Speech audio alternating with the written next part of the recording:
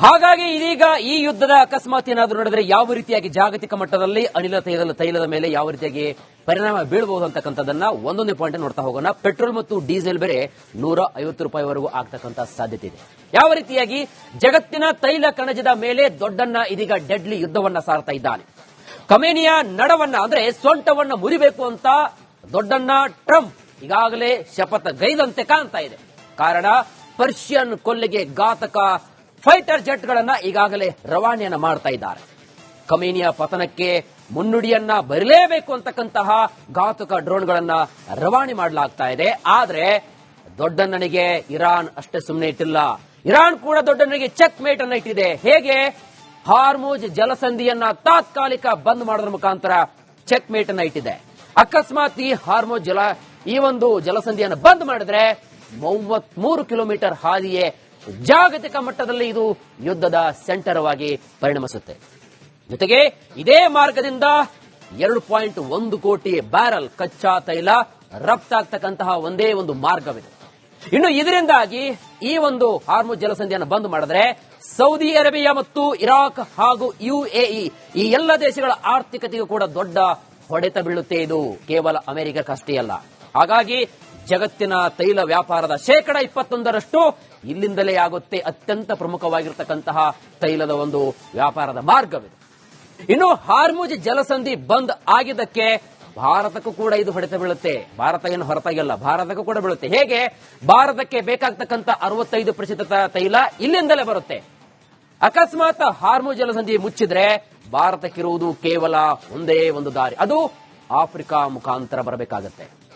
ಇನ್ನು ಕೇಫ್ of good hope ನಿಂದ ಬಂದ್ರೆ ತೈಲದ ದರ ದುಬಾರಿ ಆಗುತ್ತೆ. ಯಾಕಂದ್ರೆ ಸಾಕಷ್ಟು ಮಾರ್ಗ ದೂರವಾಗಿರತಕ್ಕಂಥ ಹಿನ್ನೆಲೆಯಲ್ಲಿ. ಜೊತೆಗೆ ಭಾರತದಲ್ಲಿ ಪೆಟ್ರೋಲ್ ಡೀಸೆಲ್ ಬೆಲೆ ₹150ಗೆ ತಲುಪಬಹುದು ಅಂತ ಅಂದಾಜು ಮಾಡಲಾಗ್ತಾ ಇದೆ. ಹಾಗಾಗಿ ಒಟ್ನಲ್ಲಿ ಈ ಒಂದು ಹಾರ್ಮುಜ್ ಜಲಸಂಧಿ ಅಕಸ್ಮಾತ್ ಖಮೇನಿ ಏನಾದರೂ ಆ ಸರ್ಕಾರ ಬಂದ್ ಮಾಡಿದ್ರೆ ಜಾಗತಿಕ ಮಟ್ಟದಲ್ಲಿ ತಲ್ಲಣಗಳಾಗ್ತಕ್ಕಂತಹ ಸಾಧ್ಯತೆ.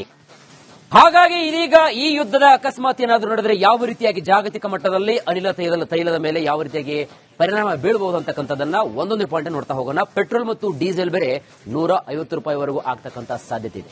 ಯಾವ ರೀತಿಯಾಗಿ ಜಗತ್ತಿನ ತೈಲ ಕಣಜದ ಮೇಲೆ ದೊಡ್ಡಣ್ಣ ಇದೀಗ ಡೆಡ್ಲಿ ಯುದ್ಧವನ್ನ ಸಾರ್ತಾ ಇದ್ದಾನೆ. ಖಮೇನಿಯ ನಡವನ್ನ ಅಂದ್ರೆ ಸೊಂಟವನ್ನ ಮುರಿಬೇಕು ಅಂತ ದೊಡ್ಡಣ್ಣ ಟ್ರಂಪ್ ಈಗಾಗಲೇ ಶಪಥ ಗೈದಂತೆ ಕಾಣ್ತಾ ಇದೆ. ಕಾರಣ ಪರ್ಷಿಯನ್ ಕೊಲ್ಲಿಗೆ ಘಾತಕ ಫೈಟರ್ ಜೆಟ್ಗಳನ್ನ ಈಗಾಗಲೇ ರವಾನೆಯನ್ನ ಮಾಡ್ತಾ ಇದ್ದಾರೆ. ಖಮೇನಿಯ ಪತನಕ್ಕೆ ಮುನ್ನುಡಿಯನ್ನ ಬರಲೇಬೇಕು ಅಂತಕ್ಕಂತಹ ಘಾತಕ ಡ್ರೋನ್ಗಳನ್ನ ರವಾನೆ ಮಾಡಲಾಗ್ತಾ ಇದೆ. ಆದ್ರೆ ದೊಡ್ಡಣ್ಣನಿಗೆ ಇರಾನ್ ಅಷ್ಟೇ ಸುಮ್ಮನೆ ಇಟ್ಟಿಲ್ಲ. ಇರಾನ್ ಕೂಡ ದೊಡ್ಡಣ್ಣನಿಗೆ ಚೆಕ್ ಮೇಟ್ ಅನ್ನ ಇಟ್ಟಿದೆ. ಹೇಗೆ?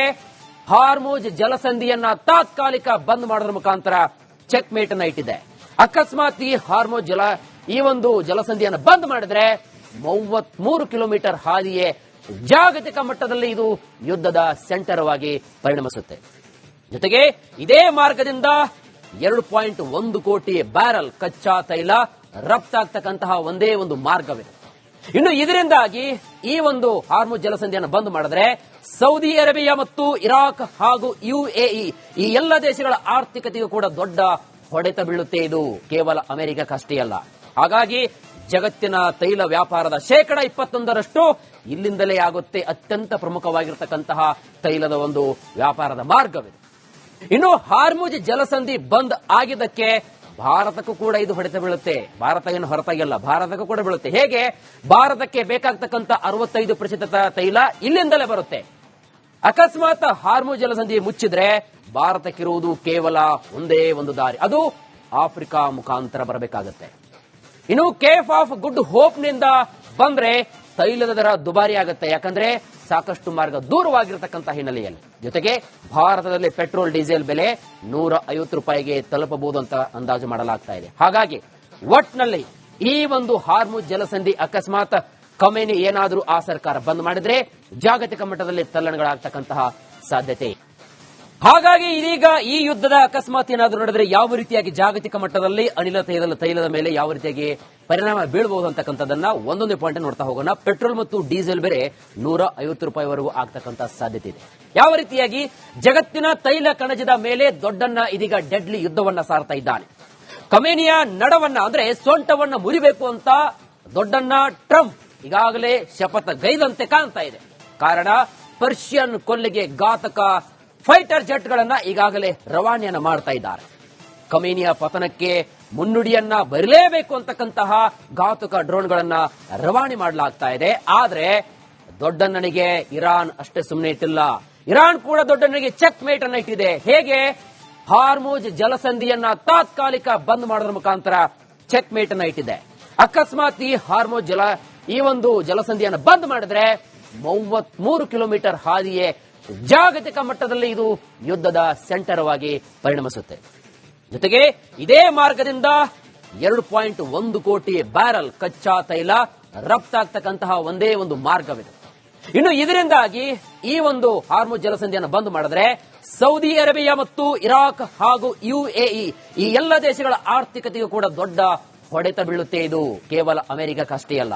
ಹಾಗಾಗಿ ಜಗತ್ತಿನ ತೈಲ ವ್ಯಾಪಾರದ 21% ಇಲ್ಲಿಂದಲೇ ಆಗುತ್ತೆ. ಅತ್ಯಂತ ಪ್ರಮುಖವಾಗಿರತಕ್ಕಂತಹ ತೈಲದ ಒಂದು ವ್ಯಾಪಾರದ ಮಾರ್ಗವಿದೆ.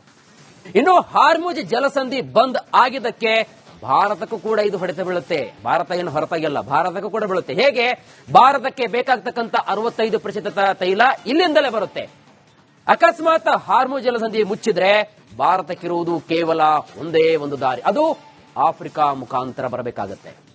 ಇನ್ನು ಕೇಫ್ ಆಫ್ ಗುಡ್ ಹೋಪ್ ನಿಂದ ಬಂದ್ರೆ ತೈಲದ ದರ ದುಬಾರಿ ಆಗುತ್ತೆ. ಯಾಕಂದ್ರೆ ಸಾಕಷ್ಟು ಮಾರ್ಗ ದೂರವಾಗಿರತಕ್ಕಂಥ ಹಿನ್ನೆಲೆಯಲ್ಲಿ. ಜೊತೆಗೆ ಭಾರತದಲ್ಲಿ ಪೆಟ್ರೋಲ್ ಡೀಸೆಲ್ ಬೆಲೆ 150 ರೂಪಾಯಿಗೆ ತಲುಪಬಹುದು ಅಂತ ಅಂದಾಜು ಮಾಡಲಾಗ್ತಾ ಇದೆ. ಹಾಗಾಗಿ ಒಟ್ನಲ್ಲಿ ಈ ಒಂದು ಹಾರ್ಮುಜ್ ಜಲಸಂಧಿ ಅಕಸ್ಮಾತ್ ಖಮೇನಿ ಏನಾದರೂ ಆ ಸರ್ಕಾರ ಬಂದ್ ಮಾಡಿದ್ರೆ ಜಾಗತಿಕ ಮಟ್ಟದಲ್ಲಿ ತಲ್ಲಣಗಳಾಗ್ತಕ್ಕಂತಹ ಸಾಧ್ಯತೆ.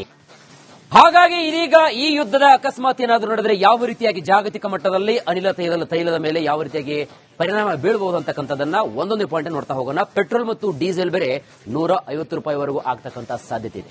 ಯಾವ ರೀತಿಯಾಗಿ ಜಗತ್ತಿನ ತೈಲ ಕಣಜದ ಮೇಲೆ ದೊಡ್ಡಣ್ಣ ಇದೀಗ ಡೆಡ್ಲಿ ಯುದ್ಧವನ್ನ ಸಾರ್ತಾ ಇದ್ದಾನೆ. ಖಮೇನಿಯ ನಡವನ್ನ ಅಂದ್ರೆ ಸೊಂಟವನ್ನ ಮುರಿಬೇಕು ಅಂತ ದೊಡ್ಡಣ್ಣ ಟ್ರಂಪ್ ಈಗಾಗಲೇ ಶಪಥಗೈದಂತೆ ಕಾಣ್ತಾ ಇದೆ. ಕಾರಣ ಪರ್ಷಿಯನ್ ಕೊಲ್ಲಿಗೆ ಘಾತಕ ಫೈಟರ್ ಜೆಟ್ಗಳನ್ನ ಈಗಾಗಲೇ ರವಾನೆಯನ್ನ ಮಾಡ್ತಾ ಇದ್ದಾರೆ. ಖಮೇನಿಯ ಪತನಕ್ಕೆ ಮುನ್ನುಡಿಯನ್ನ ಬರಲೇಬೇಕು ಅಂತಕ್ಕಂತಹ ಘಾತಕ ಡ್ರೋನ್ಗಳನ್ನ ರವಾನೆ ಮಾಡಲಾಗ್ತಾ ಇದೆ. ಆದ್ರೆ ದೊಡ್ಡಣ್ಣನಿಗೆ ಇರಾನ್ ಅಷ್ಟೇ ಸುಮ್ಮನೆ ಇಟ್ಟಿಲ್ಲ.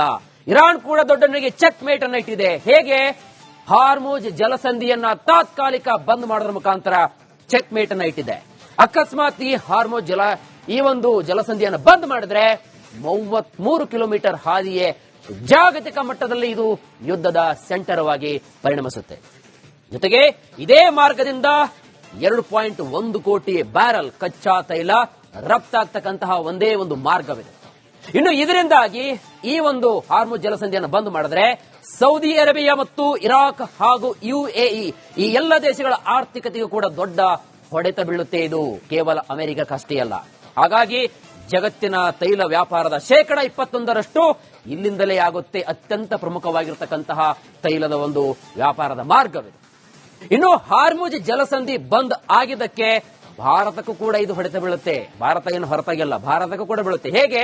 ಭಾರತಕ್ಕೆ ಬೇಕಾಗ್ತಕ್ಕಂಥ 65% ತೈಲ ಇಲ್ಲಿಂದಲೇ ಬರುತ್ತೆ. ಅಕಸ್ಮಾತ್ ಹಾರ್ಮುಜ್ ಜಲಸಂಧಿ ಮುಚ್ಚಿದ್ರೆ ಭಾರತಕ್ಕಿರುವುದು ಕೇವಲ ಒಂದೇ ಒಂದು ದಾರಿ, ಅದು ಆಫ್ರಿಕಾ ಮುಖಾಂತರ ಬರಬೇಕಾಗುತ್ತೆ. ಇನ್ನು ಕೇಫ್ ಆಫ್ ಗುಡ್ ಹೋಪ್ ನಿಂದ ಬಂದ್ರೆ ತೈಲದ ದರ ದುಬಾರಿ ಆಗುತ್ತೆ. ಯಾಕಂದ್ರೆ ಸಾಕಷ್ಟು ಮಾರ್ಗ ದೂರವಾಗಿರತಕ್ಕಂಥ ಹಿನ್ನೆಲೆಯಲ್ಲಿ. ಜೊತೆಗೆ ಭಾರತದಲ್ಲಿ ಪೆಟ್ರೋಲ್ ಡೀಸೆಲ್ ಬೆಲೆ 150 ರೂಪಾಯಿಗೆ ತಲುಪಬಹುದು ಅಂತ ಅಂದಾಜು ಮಾಡಲಾಗ್ತಾ ಇದೆ. ಹಾಗಾಗಿ ಒಟ್ನಲ್ಲಿ ಈ ಒಂದು ಹಾರ್ಮುಜ್ ಜಲಸಂಧಿ ಅಕಸ್ಮಾತ್ ಖಮೇನಿ ಏನಾದರೂ ಆ ಸರ್ಕಾರ ಬಂದ್ ಮಾಡಿದ್ರೆ ಜಾಗತಿಕ ಮಟ್ಟದಲ್ಲಿ ತಲ್ಲಣಗಳಾಗ್ತಕ್ಕಂತಹ ಸಾಧ್ಯತೆ